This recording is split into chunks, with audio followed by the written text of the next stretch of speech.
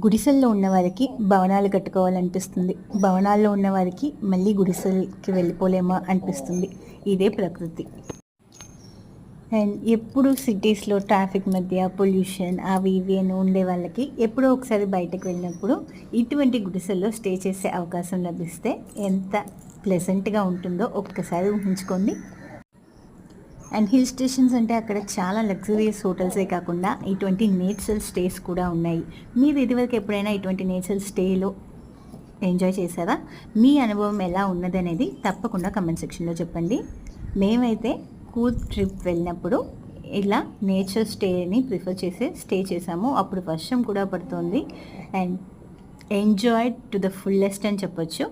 అక్కడ ఫుడ్ మాత్రం అంత బాగాలేదు. రెస్ట్గా ఇది స్టే చేయడం ఇవన్నీ మాత్రం 100% పక్కా.